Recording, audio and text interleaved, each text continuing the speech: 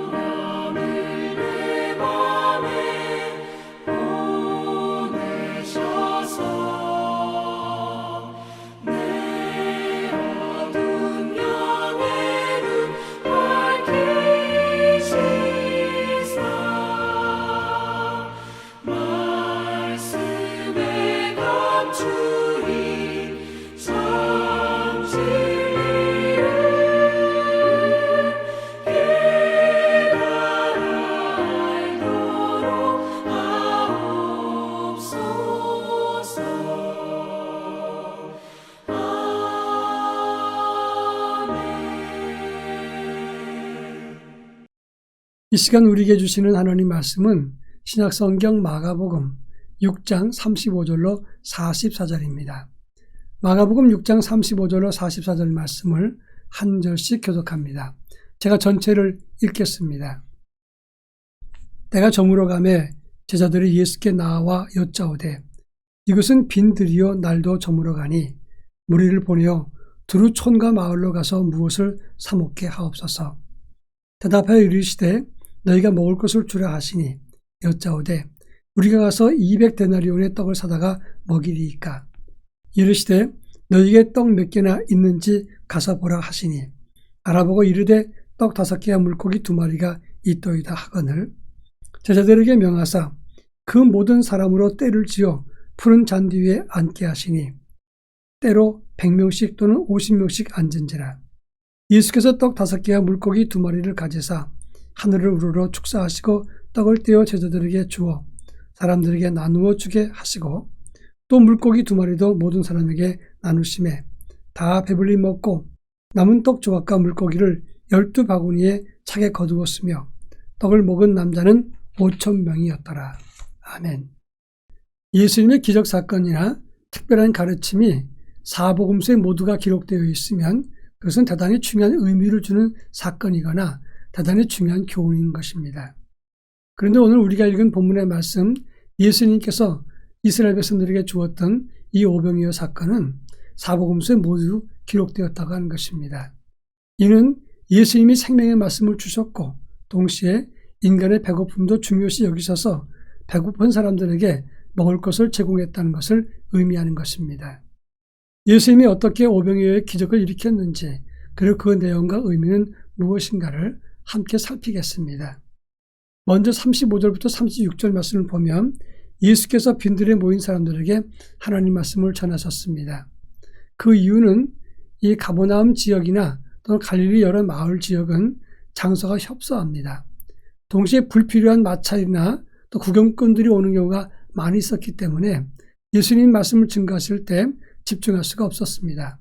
그래서 말씀 듣는 이들을 빈들로 데리고 가서 그들에게 하나님 말씀을 마음껏 전했던 것입니다. 그런데 빈들에서 하나님 말씀을 들었던 그들은 날도 저물어 갈 때 모두가 배고팠습니다. 그럴 때 저들을 마을에 들어가서 음식을 사 먹고 다시 오게 하기가 어려운 형편이었습니다. 그래서 예수님은 제자들에게 너희가 먹을 것을 주라 이렇게 말씀했던 것입니다. 그러면서 떡 몇 개나 있느냐 물으셨습니다. 여기에 중요한 포인트가 있는데 지금 여기 들판에 늦게까지 남아있던 사람들이 누구냐 하는 질문입니다. 이들은 끝까지 말씀을 사모했던 사람이라고 말할 수 있습니다. 하나님 말씀에 깊이 빠져서 예수님의 말씀을 들었는데 그렇지 않고 깊이 빠지지 않았던 사람들은 벌써 배고프다고 그것을 떠났을 것이라 이런 말씀입니다. 34절에 보면 예수님은 이들이 목자 없는 양 같은 그런 모습을 보고 그들을 불쌍히 여기사 여러 가지로 가르치셨다라고 말씀하고 있습니다. 빈들에 모였던 이들 그리고 이들이 갈급한 모습을 보았던 예수님은 그 갈급한 심령에 영의 말씀으로 채웠고 그들이 배고팠을 때 그때는 육신의 말씀으로 채워주었다고 하는 것입니다. 중요한 것은 그들의 심령이 비었을 때 하나님 말씀이 채워진 것이고 배고팠을 때 육신의 떡이 채워졌습니다. 오늘 우리도 하나님 말씀을 사모할 때 하나님의 은혜의 말씀에 채워진다는 것을 기억해야 되는 것입니다. 우리의 심령을 비울 때 하나님의 은혜로 채워지게 될 겁니다. 그런가 하면 38절에 보면 예수님은 제자들에게 너희에게 떡 몇 개나 있느냐 알아보라 그랬습니다. 제자들 중에서 알아보니 떡 5개와 물고기 2마리가 있나이다 그랬습니다. 그래서 이 기적을 오병이어 기적이라고 말하는 겁니다. 예수님은 항상 가지고 있는 것을 활용하셔서 기적을 일으킬 때가 많았습니다. 예를 들어서 오병이어의 기적은 제자들이 가지고 있었던 떡 5개와 물고기 2마리를 가지고 기적을 일으켰습니다. 12회를 혈루증 앓던 여인은 예수 뒤에서 옷자락만 잡아도 낫겠다는 믿음을 그 여인이 가지고 있었기 때문에 그 믿음을 가지고 예수님은 혈루병을 고치셨습니다. 구약성경입니다마는 사르밧 과부가 오늘 아들과 함께 먹고 죽을 떡 1개를 엘리야에게 드렸을 때 하나님은 그에게 은혜를 베풀어서 3년 6개월 동안 가루와 기름에 떨어지지 않게 했다고 하는 것입니다. 우리도 오늘날 기적을 체험하려면 하나님이 쓰시는 붙잡으시는 무엇가 우리 안에 있어야 된다고 하는 겁니다. 하나님이 기억하실 만한 믿음과 선한 의도나 예수 안에서 가지고 있는 비전이나 헌신이나 하나님 뜻을 품을 때 그럴 때 하나님은 그것을 붙잡고 우리의 은혜를 베풀어 주신다는 것입니다. 그런가 하면 예수님은 오병이어의 기적을 나눌 때 그냥 질서 없이 준 것이 아니라 39절과 40절 말씀 보면 푸른 잔디 위에 100명 혹은 50명씩 앉아서 그들에게 오병이어의 떡을 받게끔 했다고 하는 것입니다. 그리고 남은 것은 하나도 버리지 않고 거두어서 12강주를 남기게 했습니다. 이유가 무엇입니까? 먼저는 먹는 것을 질서 없이 받으면 짐승처럼 됩니다. 하나님의 신령한 은혜와 역사를 경험하면서 비천하게 짐승처럼 되면 안 되기 때문에 그래서 질서 있게 100명 또는 50명씩 앉아서 질서 있게 제자들이 주는 것을 받도록 해서 먹게 했습니다. 남은 것을 거두어서 12강주를 남겼다는 것은 신령한 기적의 부산물을 함부로 버리면 천해지기 때문에 그래서 아주 소중하게 그것을 거두어서 12강줄에 담았던 것입니다. 여러분 밥이 밥상 위에 있으면 좋은 것입니다. 그러나 그 밥을 길거리에 놓거나 화장실에다가 그냥 놓으면 지저분해 보이고 더럽게 느껴집니다. 예수님께서 만드신 그 신령한 기적을 거룩하게 만들고 지키는 영성을 우리 가져야 되는데 이것을 먹고 버린다면 얼마나 지저분했겠나 하는 것입니다. 그래서 거룩한 것을 비춰내지지 않도록 하시기 위해서 예수님은 질서 있게 안 찢었고 그래서 거두어서 12강주를 남기게 하셨던 것입니다. 오늘 하나님이 우리에게 은혜를 주시는 것들을 거룩하게 지키는 영성이 필요하다는 것을 알아야 할 것입니다. 우리 모두 다 같이 기도하겠습니다. 하나님 말씀과 은혜에 대한 갈증을 통해서 하나님의 은혜가 채워지게 하옵소서. 기도하겠습니다. 또 한 가지는 우리 믿음과 영성으로 신령한 은혜를 지키고 받고 누릴 수 있게 해달라고 기도하겠습니다. 다 같이 기도합니다.